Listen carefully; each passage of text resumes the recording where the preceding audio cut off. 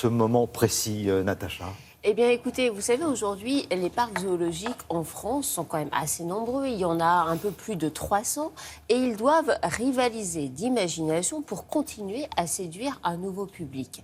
Et finalement, cette idée d'aller au parc zoologique pendant la nuit, au moment où les animaux sont plus tranquilles, où l'atmosphère se calme, où on peut peut-être observer plus sereinement et différemment les animaux, c'est une idée assez géniale. Alors, l'objectif de tout cela, c'est bien sûr de découvrir les espèces que l'on peut voir de jour, mais c'est de voir et d'appréhender les choses vraiment totalement différemment. Parce que lorsque la lumière tombe, c'est vrai que les animaux ont souvent un comportement qui est différent. Et puis, eux-mêmes deviennent un peu spectateurs de ces visiteurs qu'ils n'ont pas l'habitude de voir à cet endroit et à ce moment-là.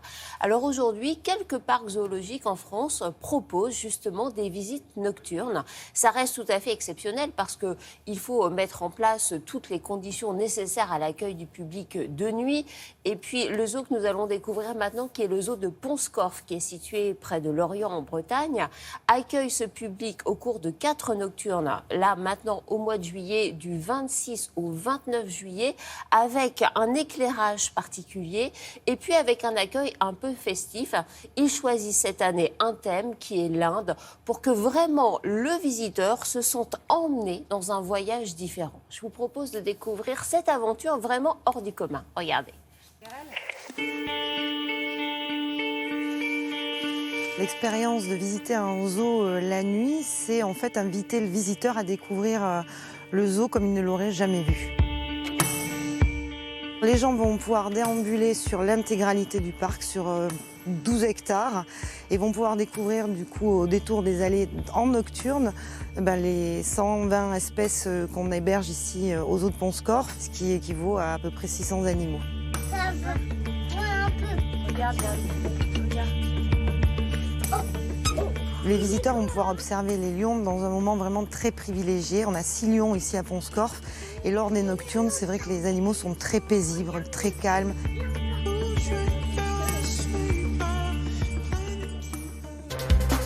Alors, les gens vont pouvoir observer la nuit des comportements qu'ils ne verraient pas forcément le jour, parce que les animaux ne sont pas habitués à être sortis la nuit, étant donné que pour des questions de sécurité, on rentre les animaux en fin d'après-midi ou en début de soirée.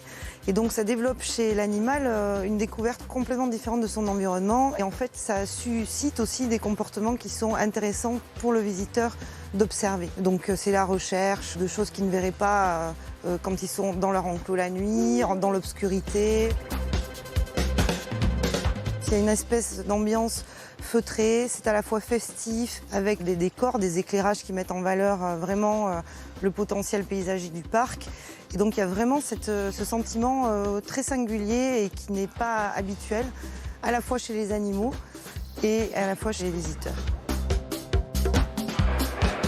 C'est une aventure qui se déroule sur 4 soirées. C'est vraiment quelque chose qui demande beaucoup d'organisation et beaucoup de logistique, mais c'est quelque chose d'exceptionnel et c'est une aventure nocturne très sympathique et très singulière à vivre. Alors, il y a une question qu'on se pose tous là en régie. Alors, elle est toute simple, elle peut paraître banale, mais la nuit, les animaux, ça dort ou ça a une autre vie que celle qu'on peut découvrir dans la journée? En fait, ça dépend des espèces. Il y a les espèces diurnes, donc qui sont actives de jour, qui, eux, dorment la nuit. Mais là, ils vont être dans un contexte particulier, parce que pour des questions de sécurité, comme nous l'a expliqué la directrice du parc zoologique, normalement, la plupart des animaux, au cours de la nuit, sont rentrés. On sait qu'il y a quelque temps, un rhinocéros avait été abattu dans un parc zoologique au cours de la nuit. Donc, vous voyez, il y a vraiment beaucoup de sécurité de mise autour de ces animaux.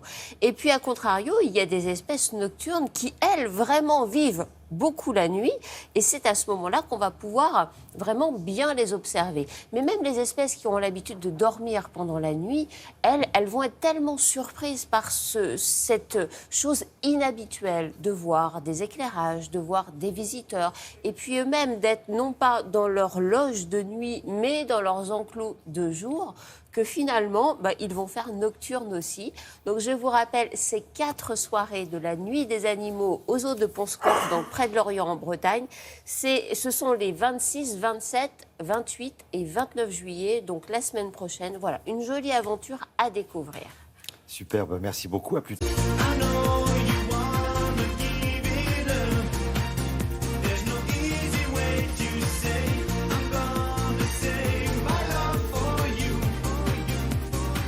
Victoire, c'est le seul qui joue le jeu vraiment à fond. C'est quand il vient se placer, il vient en courant.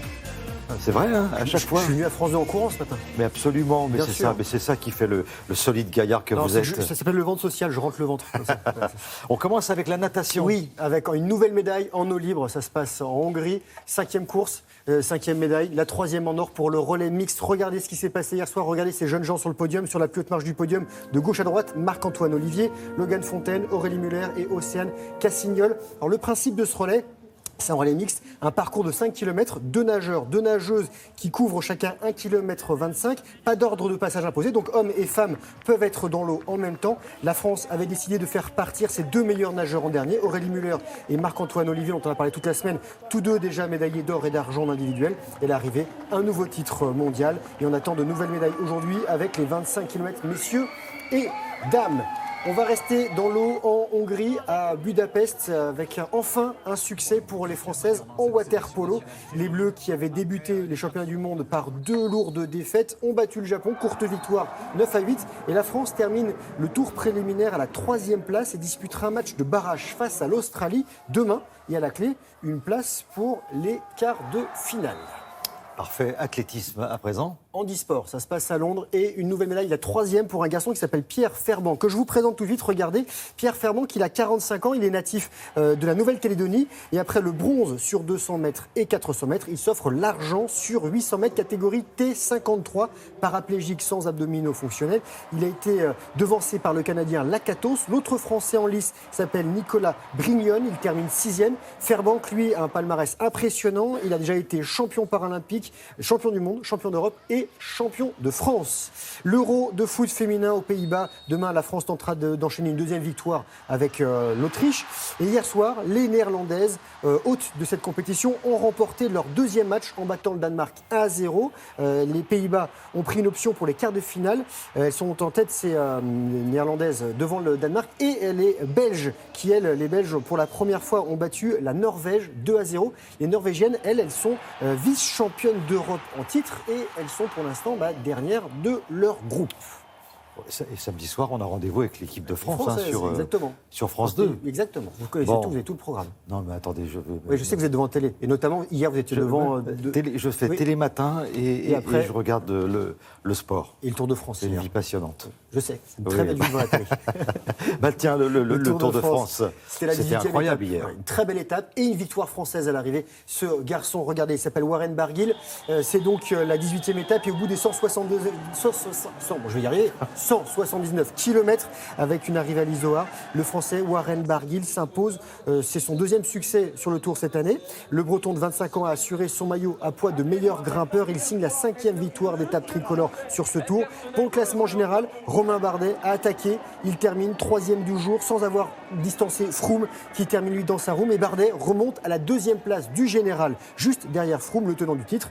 Et aujourd'hui, 222 km en brun, salon de Provence. On va rester en cyclisme avec la course by le Tour de France, épreuve féminine qui s'est courue entre Briançon et l'Isoard. C'était en prélude en fait à la 18e étape pour les garçons, et les concurrentes ont emprunté une partie du parcours, 67 km 5. Victoire de la néerlandaise Van Vleuten, la première française Pauline Ferrand-Prévot, elle s'est classée 16e, et les 20 premières vont demain peuvent faire un contre-la-montre à Marseille. Et pour terminer, on va prendre de la hauteur dans les Alpes, 8e édition du Red Bull X Alpes, course spectaculaire entre Salzbourg en Autriche et Monaco, 1138 km en marchant et en courant. 7 pays traversés, victoire du Suisse Maurer pour la 5e fois consécutive en 10 jours et 23 heures. Le Français Benoît Wouters, lui, est arrivé juste derrière pour sa toute première participation. Bon, j'ai trouvé que c'était assez complet quand même. Complet. J'arrive pas à dire 179 oui, km. alors j'ai failli vous dire de descendre de vélo et on allait reprendre tout depuis le début. 170, non, c'est parce que vous serez là demain. Bien sûr, demain je cours avec des taureaux. Voilà, la course camarguaise. Donc on va en Camargue demain avec Grégoire Tournon, car nous serons là à partir de 7h.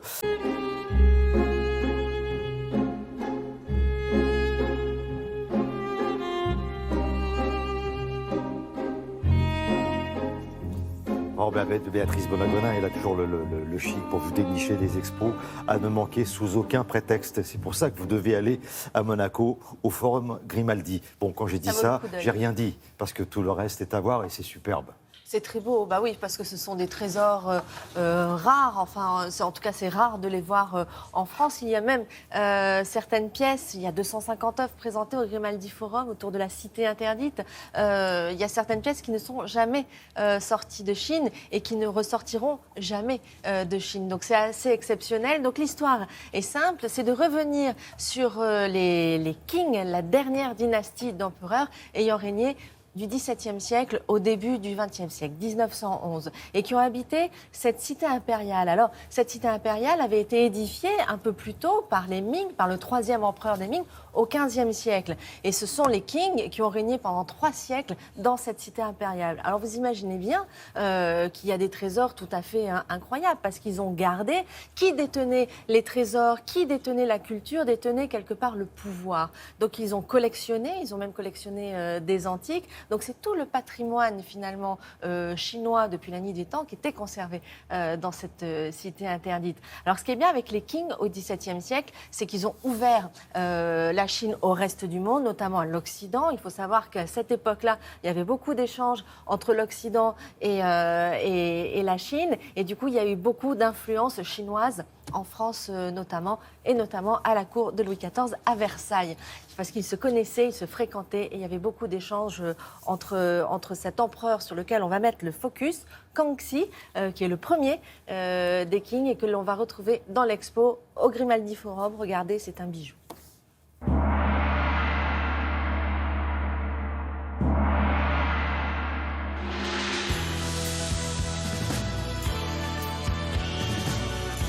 Le propos de cette exposition est l'évocation de la vie de palais en Chine sous la dernière dynastie, à son zénith, entre 1644 et 1911, et plus spécifiquement sous 3 empereurs, l'empereur Kangxi, l'empereur Yongzheng et l'empereur Tianlong.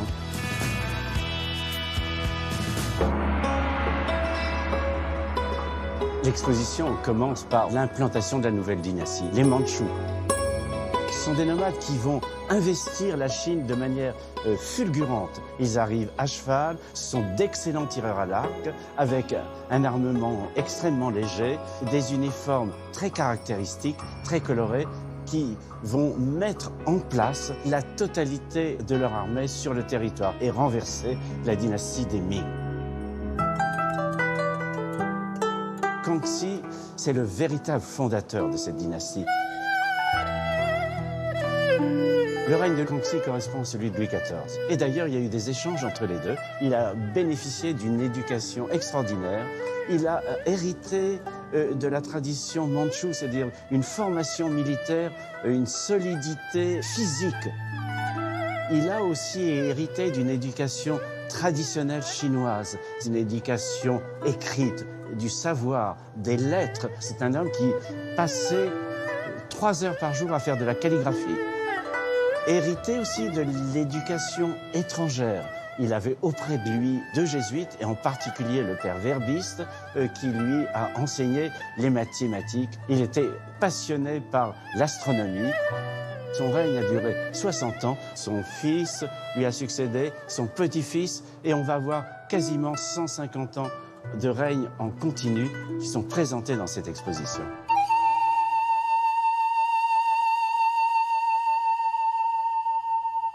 L'objet le plus rare, c'est ce paravent qui appartenait à l'empereur Tianlong et qui présente les 16 Loran.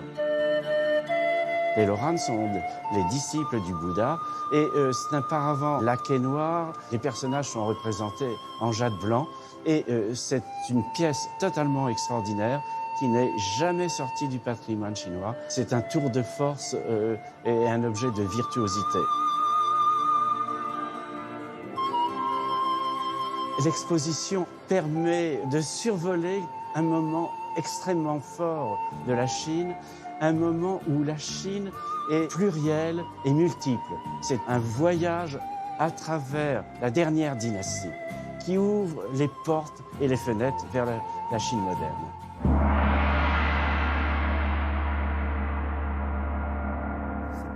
Le 10 septembre, hein, c'est ça, c'est la limite. C'est la limite. Donc vous avez tout le mois d'août, tout l'été pour aller voir cette sublime exposition au Grimaldi Forum à Monaco et revenir sur cette histoire ancestrale des empereurs chinois.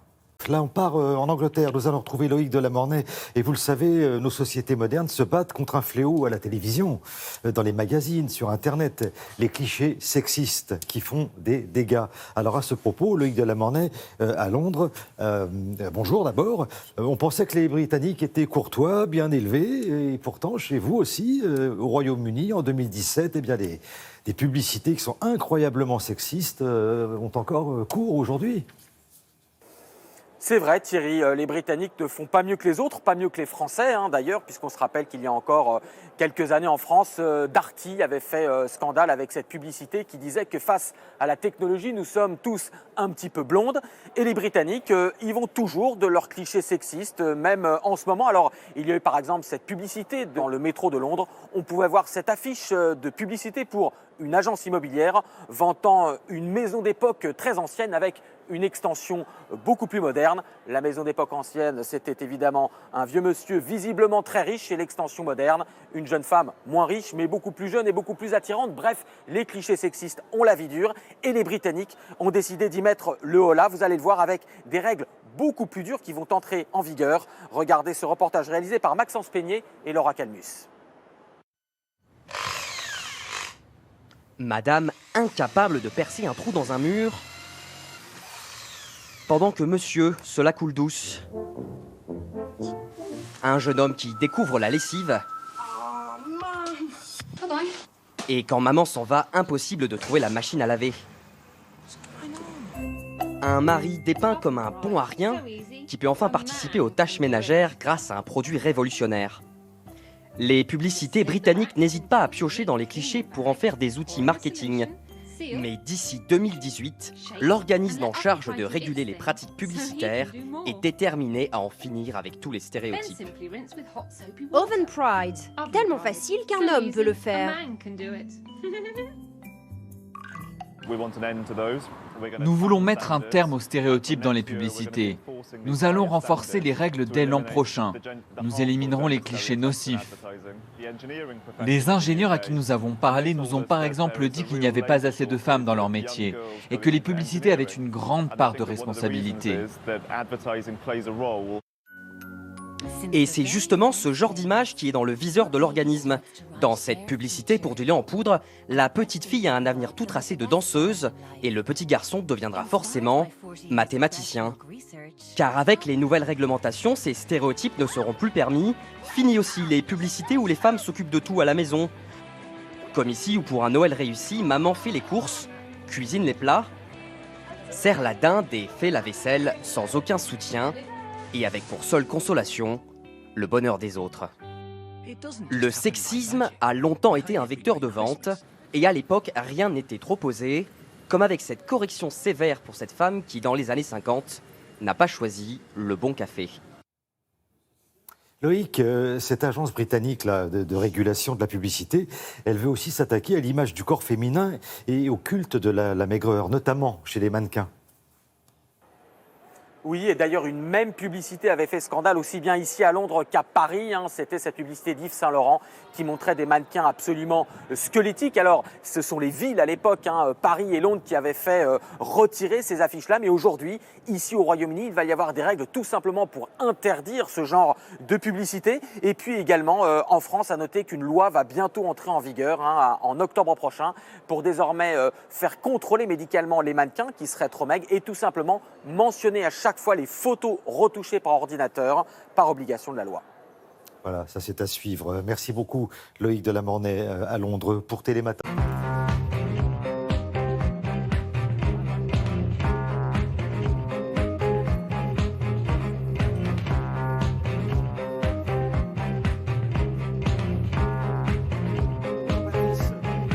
Thierry, Qu'est-ce qui vous a bonjour à frappé tous. Qu'est-ce qui vous a frappé ce matin? Ce qui caractérise la presse ce matin, c'est l'éparpillement éditorial. À chacun ses sujets. Par exemple, l'humanité s'inquiète des conditions de travail des pilotes et donc de la sécurité des passagers de Hop, une filiale d'Air France. Le Figaro se demande si c'est la fin de l'état de grâce pour Macron, à propos duquel l'opinion nous explique qu'il est en train de révolutionner la grande machinerie de l'État. Fini les cabinets ministériels pléthoriques. Avec lui, l'administration n'a qu'à bien se tenir. Et elle l'a tellement bien compris, l'administration, qu'elle fait une drôle de tête dans ce dessin de CAC dont la source d'inspiration est à chercher du côté de chez James Bond. Voyez Macron, vous ne serez pas systématiquement reconduit dans vos fonctions, dit-il en caressant son chat. C'est un peu Macron le méchant de On ne vit que 2 fois, vous savez, ou de 2 ou 3 autres 007. Je crois qu'il finit d'ailleurs par se faire zigouiller à bord de son sous-marin. En tout cas, elles font une drôle de tête, les James Bond Girls, ce matin, à la une de l'Opinion. Alors, du sourire donc, mais de l'émotion aussi ce matin. Vous trouverez 2 témoignages, de nature d'ailleurs totalement différente, mais qui méritent le détour. D'abord, dans La Croix, celui de la sœur du père Jacques Hamel, assassiné dans son église de Saint-Étienne-du-Rouvray par 2 terroristes islamistes. Cela fera 1 an mercredi, c'était le 26 juillet. Roselyne Hamel parle d'un homme qui ne demandait rien à personne et ne voulait pas déranger. Elle se remémore aussi cette femme qui se précipite vers elle et lui dit « Tout est terminé, une personne est blessée et l'autre est morte. C'est votre frère. » J'ai crié à m'en déchirer les poumons, dit-elle. Elle venait de m'envoyer cette boule de feu que je compare à celle qu'envoyaient les guerriers du Moyen-Âge. Je voulais le prendre dans mes bras avant qu'on l'emmène à l'Institut médico-légal, mais ça n'a pas été possible pour des raisons de sécurité. Ils avaient peur que l'église soit minée. Voilà, c'est poignant. Il y en a 3 pages ce matin dans La Croix et c'est à lire.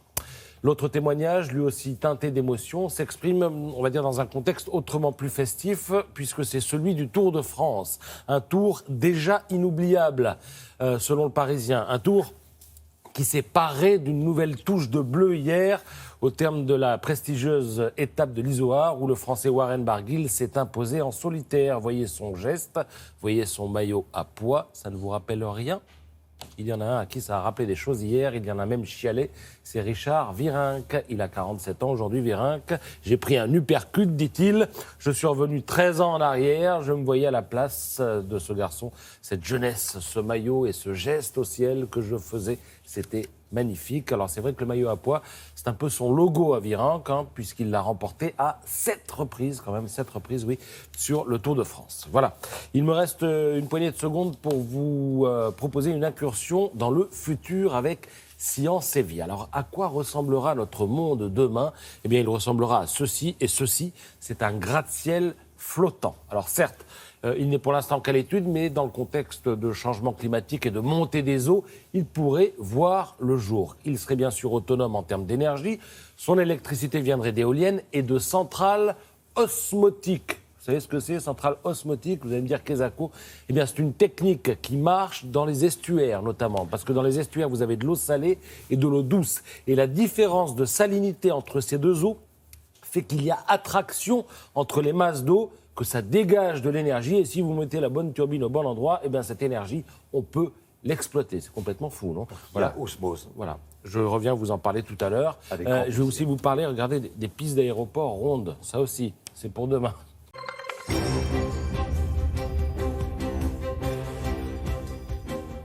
Bonjour à tous, bonjour Benoît Hamon. Bonjour. Emmanuel Macron a multiplié hier les signes d'apaisement à l'égard des militaires. Il leur a redit que leur budget serait le seul à augmenter en 2018. Est-ce que vous avez le sentiment que la confiance est restaurée ? Je crois qu'elle sera dure à restaurer entre, pas seulement les armées et le président de la République, mais entre les citoyens et le président de la République sur les questions de défense. Pourquoi ? D'abord parce que c'est Emmanuel Macron qui avait confirmé Pierre de Villiers comme chef d'état-major des armées. En lui confirmant qu'il aurait les moyens de mener à bien ses missions. Mais un chef d'état-major qui conteste publiquement la politique du président, est-ce que le problème n'était pas là ?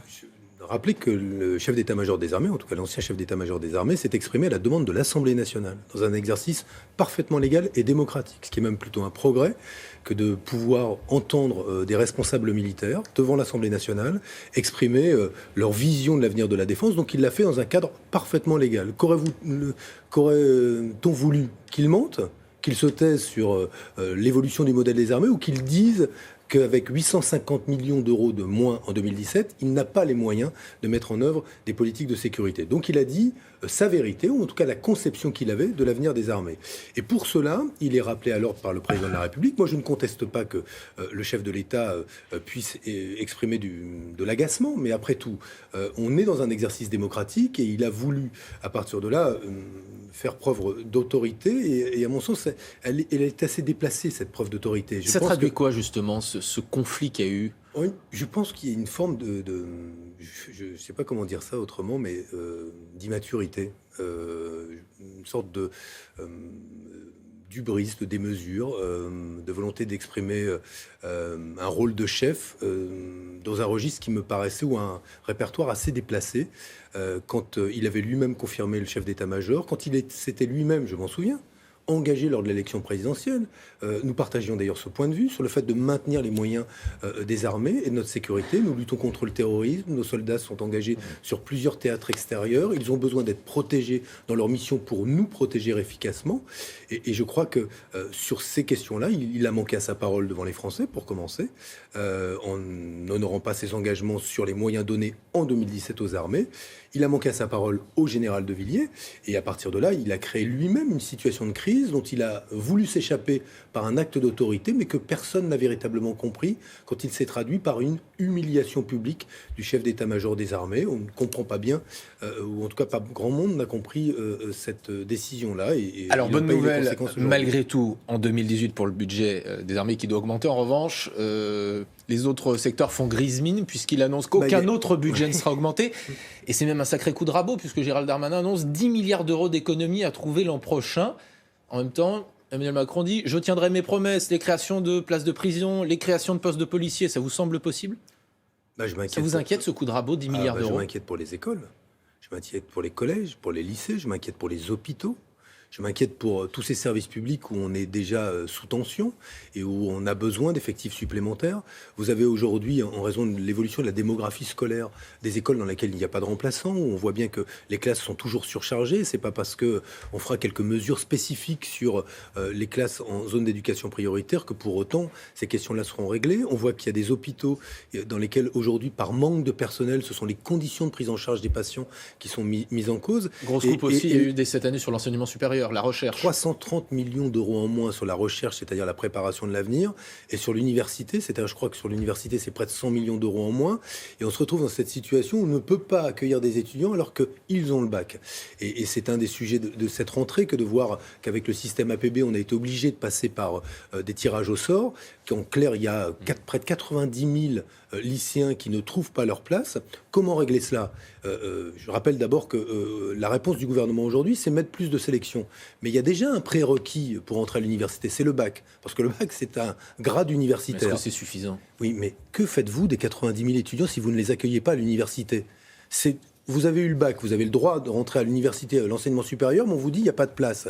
Et la réponse c'est il faut faire davantage de sélection. Ça, c'est la réponse du gouvernement. Benoît, je ne le crois pas. Et je pense que si on continue à baisser les moyens de l'université, oui, on va se retrouver dans la situation où il n'y aura pas d'autre choix que de faire de la sélection pour constater par ailleurs que des étudiants auront eu leur bac, mais seront sans issue en matière de poursuite d'enseignement supérieur. Ça ne me paraît pas être la bonne solution. Qui est aujourd'hui le leader de la gauche? Est-ce que c'est Jean-Luc Mélenchon avec ses 20% à l'élection présidentielle, son groupe à l'Assemblée nationale? Est-ce que c'est lui aujourd'hui le patron de l'opposition à gauche? C'est une drôle de question. D'abord, la gauche n'aime pas les patrons. En tout cas, d'avoir un patron comme ça, c'est pas comme ça que ça marche. Parce qu'il y a de la pluralité, il y a de la diversité, et tous ceux qui ont eu une prétention hégémonique sur la gauche, en général, ont échoué. Et la responsabilité de Jean-Luc Mélenchon, elle est importante. Il est arrivé en tête de la gauche. Il a évidemment une responsabilité importante. Et cette responsabilité qui lui incombe, comme elle m'incombe, et à tous celles et ceux qui s'intéressent à l'avenir de ce pays, c'est de rassembler une famille politique. Et bien, comme beaucoup d'autres, je le jugerai sur les actes qu'il posera dans ce domaine et pas autre chose. François Hollande doit s'exprimer ce soir, première prise de parole publique pour évoquer sa fondation. Il n'a jamais dit clairement qu'il prenait sa retraite. Est-ce que vous pensez qu'il peut revenir sur la scène politique comme on l'a vu avec Nicolas Sarkozy? Est-ce que vous le souhaitez? Vous êtes en forme. Est-ce que je souhaite qu'il revienne? Non, écoutez, je pense qu'à un moment, il faut tourner la page. C'est pas que je ne l'empêche pas de le faire, mais je crois qu'il a lui-même décidé de ne pas être candidat à sa propre succession. Pour revenir 5 ans après, ce serait un peu étrange. Donc, je ne suis pas François Hollande et je ne suis pas dans sa tête. Mais non, je pense qu'il a tourné la page. Voilà. Un mot pour terminer sur le Front National qui tient un séminaire pendant 2 jours à huis clos pour régler ses comptes. Est-ce que vous avez le sentiment qu'un Front National qui abandonnerait, par exemple, la sortie de l'euro, il serait encore plus redoutable? Écoutez, moi, je pense que le Front National, peu importe ce qu'il dit, il monte. Et je crois que son programme sur l'euro ou pas l'euro, aujourd'hui, est parfois indifférent au vote de celles et ceux qui choisissent de voter pour lui, comme pour faire mal au reste de la classe politique. La Même si elle n'a pas fait un score excellent au second tour, pour vous, Marine Le Pen n'est pas sortie affaiblie cette année. Elle n'a pas gagné, mais je rappelle qu'elle a fait un score historiquement élevé, largement supérieur à son père. Donc il n'y a pas eu, à mes yeux, une défaite de l'extrême droite. Il y a même une défaite des partis qui se sont opposés à l'extrême droite, à voir qu'elle est aussi puissante. Et je dis aujourd'hui que des politiques qui réduisent les moyens des services publics, des politiques qui vont rendre le licenciement plus facile demain, qui vont fragiliser le pouvoir d'achat des Français, qui feront qu'on sera moins bien payé pour son travail. Vous dire quoi, que la politique d'Emmanuel Macron favorise le Front National ? Je pense que les politiques néolibérales, ces politiques qui aujourd'hui considèrent qu'il y a trop d'État, qu'il y a trop de code du travail, qu'il y a trop de tout ce qui protège aujourd'hui les Français, trop de sécurité sociale, etc., que ces politiques partout font monter l'extrême droite et le nationalisme. Et qu'il n'y a pas de raison en France que cela ne continue pas. Et c'est pour ça que je suis inquiet des choix qui sont faits aujourd'hui, car nous sommes aujourd'hui instruits par l'expérience. On sait ce qui se passe ailleurs, nous savons ce qui se passe dans notre propre pays, et quand on regarde avec, je crois, sérieux les choses, on sait faire un lien entre ces politiques qui fragilisent les Français et la montée de l'extrême droite. Et oui, il y a beaucoup de dangers et de menaces dans les choix politiques de cette rentrée réalisés par Emmanuel Macron. Merci beaucoup, Benoît Hamon. Au Torboyau, le patron s'appelle Bruno. Il a de la graisse plein les tifs, des gros points noirs sur le pif. Quand Bruno fait le menu et le cerf, t'as les premières douleurs au dessert, etc. Pierre Perret, voilà, au Torboyau. On va parler d'alimentation, justement, avec des nouvelles qui ne sont pas extraordinaires quand même. Brigitte, d'abord, bonjour. Bonjour. Un Français sur deux est en surpoids et donc augmente son risque de développer certaines maladies chroniques. Alors à qui la faute? Alors au sucre, aux graisses, au sel? Eh bien pas seulement. On va parler d'aliments ultra transformés. Voilà, ce sont eux les responsables. Mais qu'est-ce que c'est qu'un aliment ultra transformé? Effectivement, et c'est un chercheur en nutrition qui lance l'alerte dans un livre qu'il vient de publier. Alors par exemple, vous achetez un poisson. Oui. Le poisson, c'est un aliment naturel. Vous achetez une boîte de thon, c'est un aliment transformé. Et vous achetez des nuggets de poisson surgelés, c'est un aliment ultra transformé dans lequel vous allez trouver 15 voire 20 ingrédients différents quand vous lisez bien l'étiquette. Autre exemple, un épi de maïs, c'est un aliment entier, naturel. Une boîte de maïs en grains, c'est un aliment transformé. Et les cornflakes du petit déjeuner, un aliment ultra transformé. Donc l'industrie agroalimentaire a des technologies qui permettent de fractionner les aliments, de séparer les différents composants, de recomposer tous ces composants de façon différente en ajoutant des ingrédients comme du sel, des graisses, des additifs, du sucre. Et cela donne naissance à ces fameux aliments ultra transformés. Alors, effectivement, un chercheur en nutrition de l'INRA a lancé l'alerte dans un livre qui vient de paraître parce que ces aliments transformés seraient impliqués dans cette fameuse épidémie d'obésité qui concerne non seulement la France, mais un très grand nombre de pays à travers le monde. Cette obésité qui ouvre la porte aussi à un certain nombre de maladies chroniques, comme les maladies cardiovasculaires, le diabète. Alors, pour quelles raisons ces aliments ultra transformés ont-ils cet impact sur la santé? Comment les reconnaître aussi quand nous faisons nos courses? Comment les éviter? On l'écoute.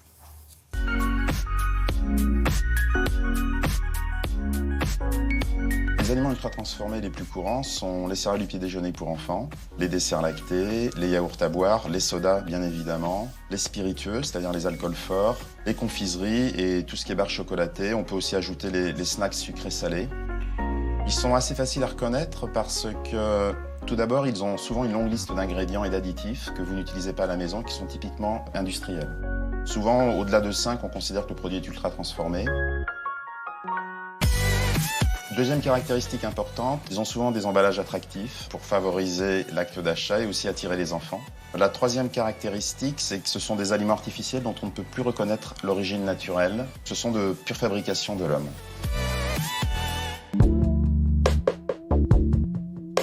Les aliments ultra transformés posent problème pour la santé lorsqu'ils sont consommés de façon régulière et excessive. Pour 3 grandes raisons. La première, c'est qu'ils sont peu rassasiants, donc ils favorisent le grignotage entre les repas et souvent au profit d'aliments ultra transformés. Ils Ils sont hyperglycémiants, c'est-à-dire qu'ils élèvent la glycémie très rapidement. Et les sources de sucre rapide consommées régulièrement peuvent mener à la résistance à l'insuline, puis ensuite au diabète. Et ce sont des calories vides, c'est-à-dire ils sont riches en énergie et vides de micronutriments protecteurs que sont les fibres, les minéraux et les vitamines. Donc ces trois caractéristiques combinées, si vous voulez, créent le terrain pour ensuite le développement de facteurs de risque et de maladies chroniques. Des chercheurs ont montré ces dernières années qu'il y avait une association positive entre une consommation excessive de produits ultra-transformés et l'apparition du surpoids et de l'obésité, qui peuvent être une porte d'entrée pour le diabète de type 2 et ensuite les maladies cardiovasculaires. Les recommandations françaises officielles de consommer 5 fruits et légumes par jour et moins gras, moins salé, moins sucré sont encore limitées parce qu'elles ne mettent pas suffisamment l'accent sur le bon paramètre qui est le degré de transformation, puisque les populations qui adhèrent le plus aux produits ultra-transformés sont celles qui présentent les risques les plus élevés de maladies chroniques. Donc il faudra mettre explicitement en avant le degré de transformation des aliments, et par exemple quand on dit 5 fruits et légumes par jour, il faudrait dire peu transformés. Par exemple, il est toujours mieux de consommer une pomme entière qu'une compote de pommes avec du sucre ajouté, et il est toujours mieux de consommer une compote de pommes avec du sucre ajouté qu'un soda à base de pommes et d'arômes artificiels et d'additifs. Bon, alors attention, pas question de diaboliser les aliments ultra transformés, comme d'habitude, avec modération, quoi. Exactement. Ces aliments, en fait, ont été créés au départ pour être pratiques, c'est-à-dire que vous n'avez pas le temps de faire votre gâteau, vous achetez un paquet de petits gâteaux pour vos enfants, mais c'est une fois de temps en temps. Pareil pour la purée de pommes de terre en flocons. L'idée, ça doit rester exceptionnel. C'est pas tous les jours ces aliments ultra transformés, c'est pas en grande quantité, et ainsi, voilà, ne pas les diaboliser, mais les utiliser pour ceux dont ils ont été faits au départ, c'est-à-dire voilà, leur côté pratique et un peu exceptionnel. Et si vous voulez en savoir plus sur ce sujet, je vous conseille le livre du docteur Anthony Fardet, Halte aux aliments ultra transformés, et c'est aux éditions Thierry Soucard. Merci beaucoup Brigitte. Et Julia qui nous propose une belle initiative. C'est bien vu, c'est pour aider les femmes en Afrique, les femmes dans les zones sans électricité. C'est ça Julia? Oui, exactement. En fait, c'est une organisation à but non lucratif qui a mis au point un lecteur MP3. Alors, je vous rappelle, lecteur MP3, appareil portable qui est là pour restituer de la musique ou des sons. En l'occurrence, là, ce sont des sons. Cet appareil fonctionne à l'énergie solaire, puisque vous le disiez, il est là pour accompagner des femmes qui vivent dans des régions isolées sans électricité. Alors, qu'est-ce qu'il fait? Il va leur fournir des conseils, des connaissances. Il va les éduquer sur les soins, sur la santé. Elles sont isolées, elles sont pour la plupart analphabètes. Elles ont besoin qu'on les aide sur des questions de vie, d'hygiène, prévenir, aider, accompagner sur des questions comme le paludisme, l'eau, la purification de l'eau, la contraception, l'égalité entre les sexes. Fournir des réponses et des connaissances à des femmes dans des milieux reculés. C'est distribué par des ONG. Vous pouvez participer et aider sur Internet sur ce projet sur le site iridou.org. Merci beaucoup, Julia.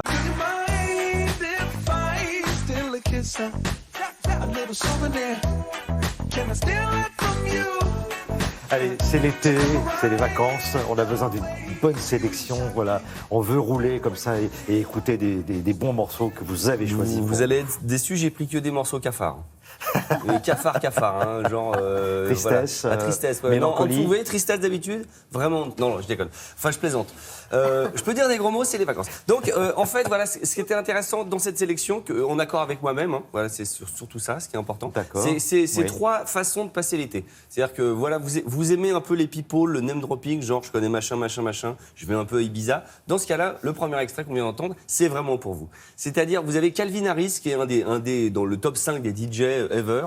Voilà, Calvin Harris, DJ écossais, qui connaît la terre entière. Et donc, il appelle Pharrell Williams, il appelle Katy Perry, il appelle Ariana Grande, il appelle Snoop Dogg, Nicki Minaj, machin, qui disent mais bien sûr, et qui viennent tous faire ce qu'on appelle des featuring, c'est-à-dire qu'ils viennent sur ces morceaux chanter, etc. Donc voilà, dans ce qu'on vient d'entendre, par exemple, vous avez Katy Perry et Pharrell Williams et Calvin Harris. Ça veut dire qu'au mètre carré, c'est cher quand même. Voilà. Et tout ça en toute simplicité. Tout ça en toute simplicité. Vous avez 11 titres, c'est très bien. J'aime bien l'album s'appelle Funk Wave Boons Volume 1. Un boon, c'est ce que vous faites quand vous faites de la musique sur ordinateur. Vous faites un boon.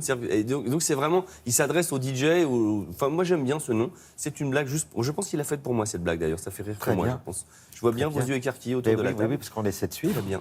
Je vous propose un extrait. Vous allez voir que c'était pas que du flan. Il connaît tous ces gens-là en vrai. Regardez. A little souvenir. Can I steal it from you? To memorize the way you shock me, the way you move it here. Just wanna feel it from you. Hey. Don't be afraid to catch fish. Ride your cup and chase thrills. Donc ça, J'ai ça, regardé c'est- Katy Perry ça, c'est bêtement. valable pour... non, c'est- Je me suis fait démasquer. C'est valable tout l'été, ça c'est Oui, tube, bah oui, tube. oui. Enfin, en même temps, alors c'est très bien, mais ça suce très vite. Hein. Vous savez, c'est comme les petits bonbons à la menthe. Vous voyez, ça...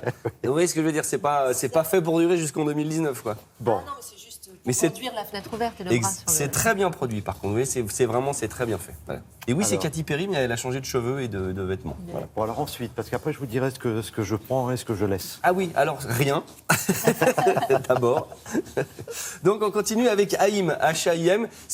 Alors ça, c'est la famille en or. C'est 3 frangines, donc Esté, Daniel et Alana, voilà, qui sont là, qui font de la musique. C'est leur 2e album, on en avait déjà parlé. Moi, je suis super fan. C'est un peu pop, indie, vous savez, indépendante. C'est un peu comme si Fleetwood Mac et Taylor Swift avaient eu des filles. Ça donnerait ça. C'est un mélange un peu de folk et de trucs un peu dansants, rigolos. Vous avez envie d'écouter l'été en buvant une menthe à l'eau. C'est très très chouette.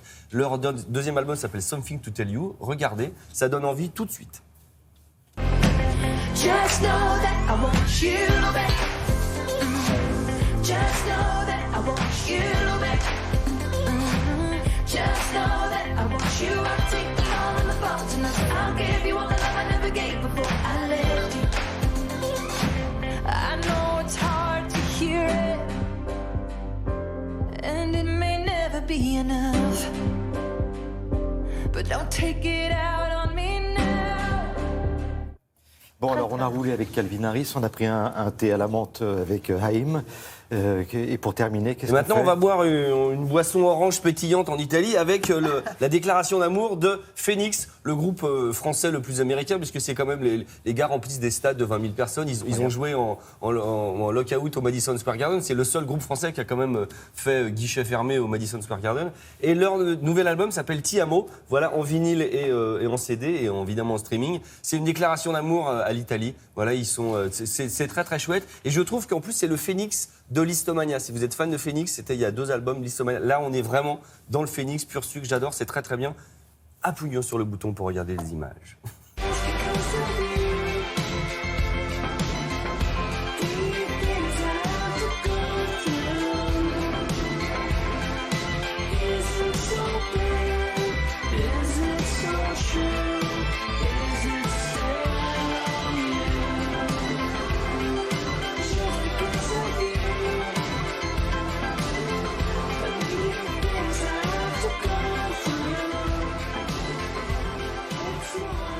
Parfait, fin de journée, début de soirée, on a la journée, c'est bon. L'album est de très très bonne facture. Juste une annonce parce que je suis fan. Il y a enfin le festival Lollapalooza qui arrive. C'est un festival qui date des années 90 aux États-Unis. C'était un immense festival. Il arrive enfin en France. Il est là ce week-end avec des têtes d'affiche. Vous avez les Red Hot Chili Peppers, Lana Del Rey, The Weeknd. Vous savez, Feel It Coming, London Grammar. Vous avez The Roots, les musiciens Jimmy Fallon qui sont là. C'est à Longchamp. Mais allons-y. Il y a des animations pour les enfants. Vous avez des cuisiniers de renom international qui viennent. C'est absolument de la bombe. C'est dit. Très bien. Je pense qu'on en parlera la semaine prochaine. Merci beaucoup.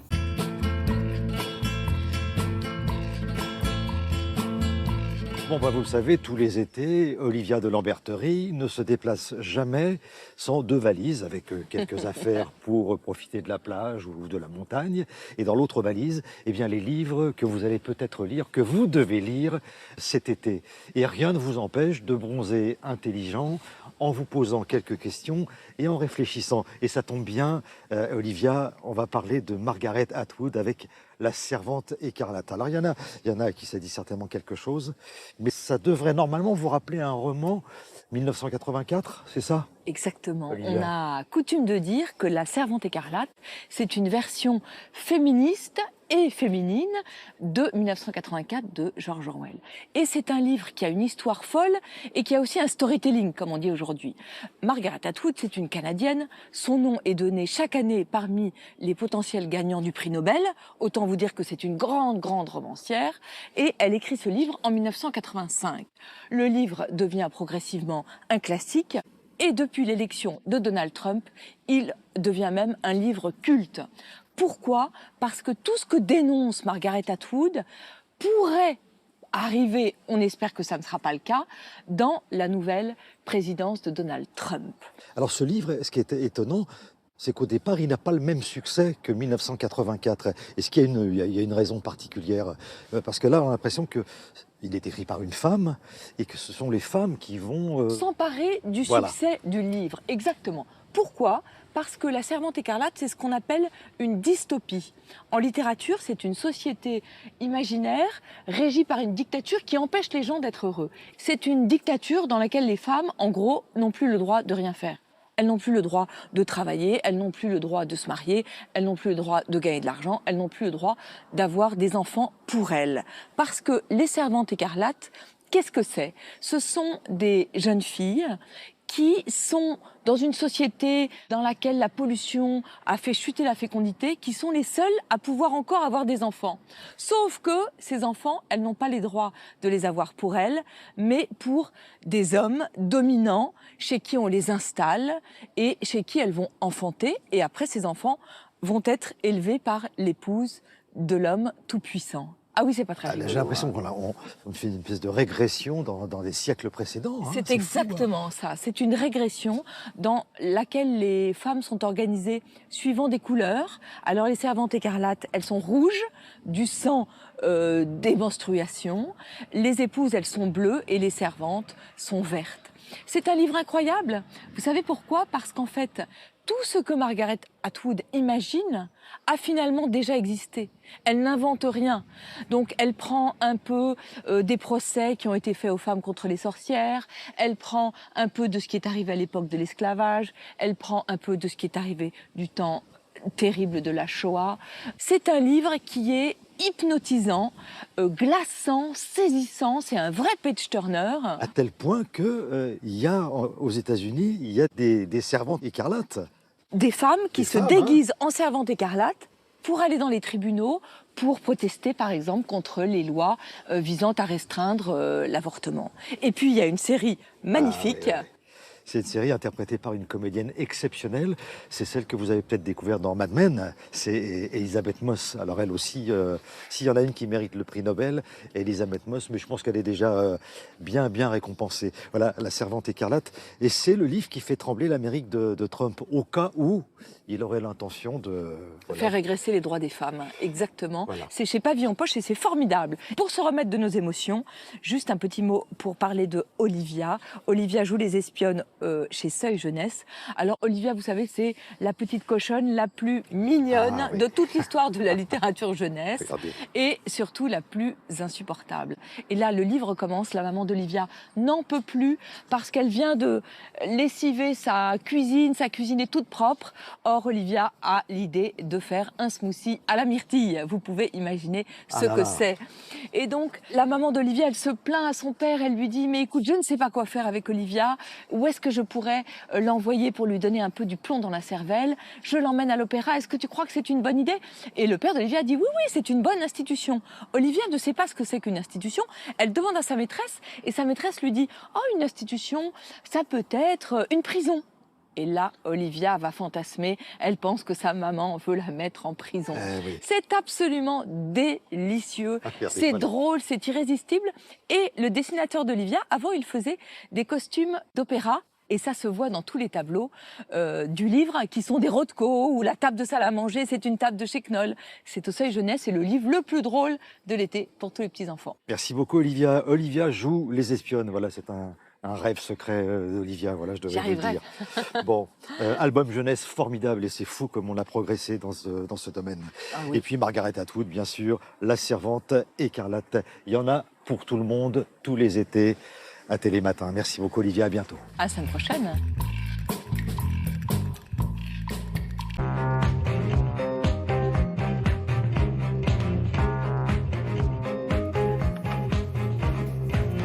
La revue de presse culturelle, Patrice. Et futuriste. Et futuriste. Oui, je vous propose une incursion dans le futur avec Science et Vie.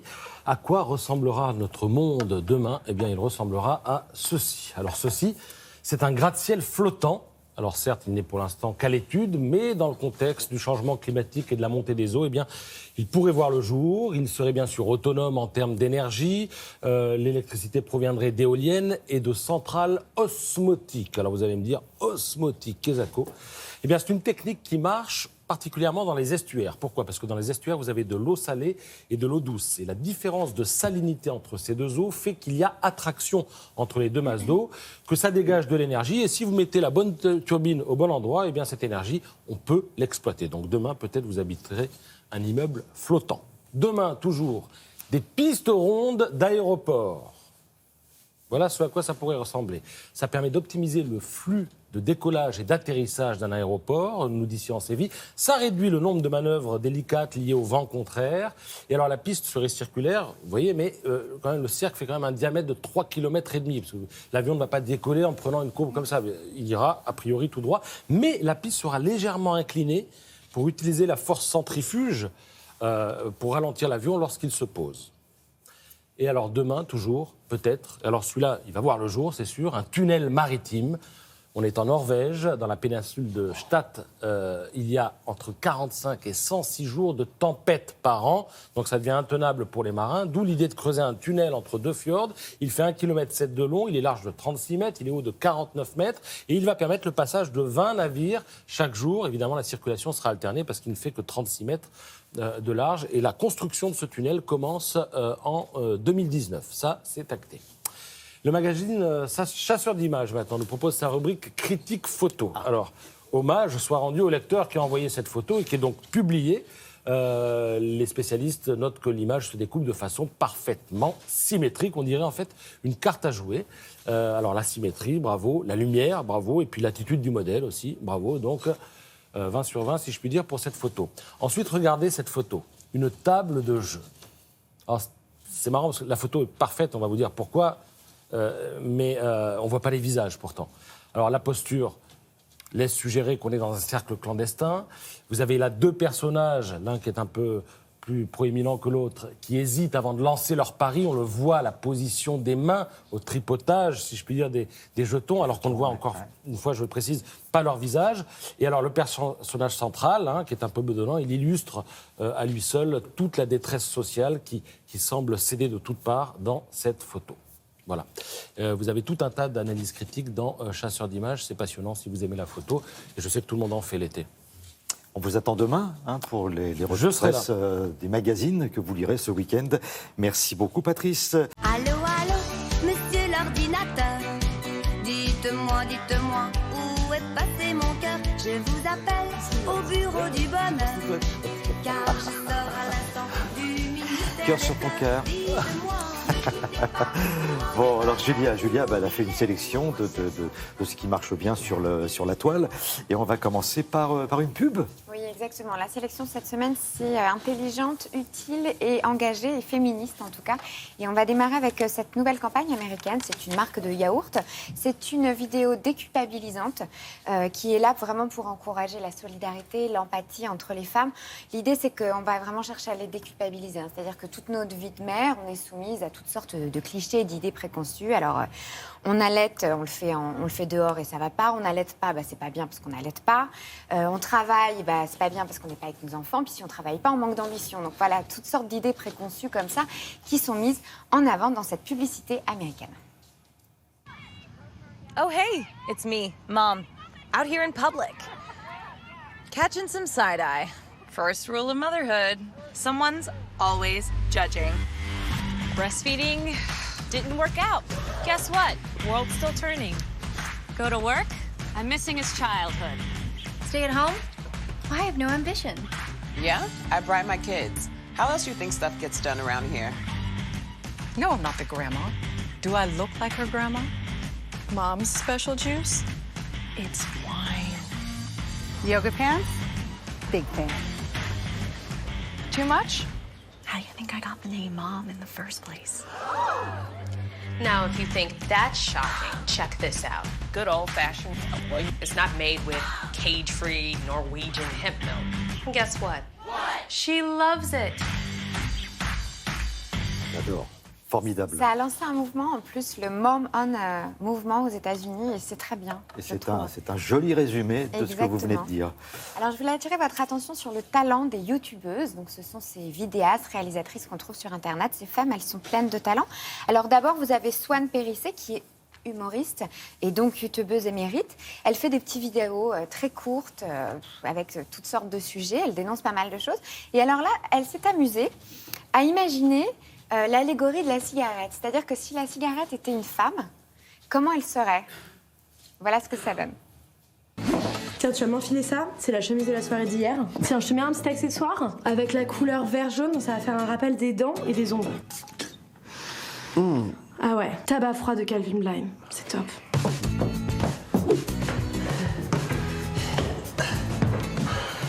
Oui, bah c'est bon, c'est qu'au 5e, hein.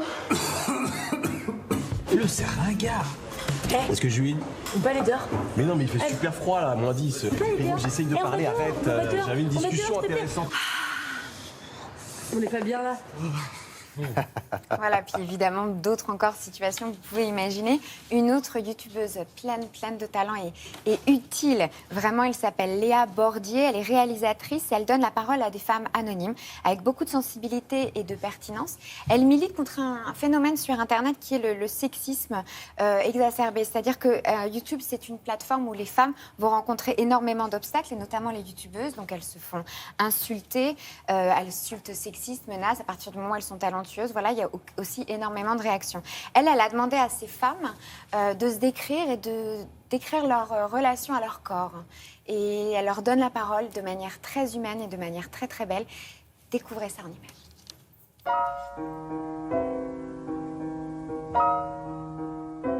Mon rapport au corps, il est douloureux, mais pas si pire, comme dirait ma prof de philo. Ça va mieux. Je pense que ça va beaucoup mieux parce que le fait d'avoir des enfants te permet de t'oublier beaucoup en fait. Maintenant, je m'aime beaucoup. Il y a un truc qui m'a grave donné confiance en moi, là, justement depuis ces 2 dernières années, c'est le sport. Je me suis jamais détestée entièrement en me disant mon corps vraiment je le rejette, tout ça, parce que j'ai toujours compris que de toute façon, quoi qu'il arrive, ce serait comme ce serait et je pouvais pas changer. C'est idiot de se dire ah mais je suis pas bien, je suis pas belle, je sais pas ci, je fais pas ça, parce que mais non, faut s'accepter tel qu'on est tout le temps et puis profiter de la vie chaque instant. Souvent on se maltraite au nom d'un idéal physique et je trouve ça très triste. Voilà, j'ai envie de dire aux gens, je sais pas si c'est un conseil, mais c'est juste soyez un peu plus gentils avec vous-même. C'est superbe, c'est touchant parce que c'est pas évident à faire. Non, c'est dur à faire et puis en plus on est vraiment dans un cadre très intime. Elle se dévoile énormément. C'est aussi à suivre, en tout cas le mouvement est à suivre sur le hashtag Body Positive. Et elle a un autre projet, Léa Bordier, qui s'appelle Exilée et qui va rencontrer des femmes qui sont issues de la migration, qui le vivent ou qui l'ont vécu, à suivre aussi sur sa chaîne YouTube. Merci beaucoup Julia.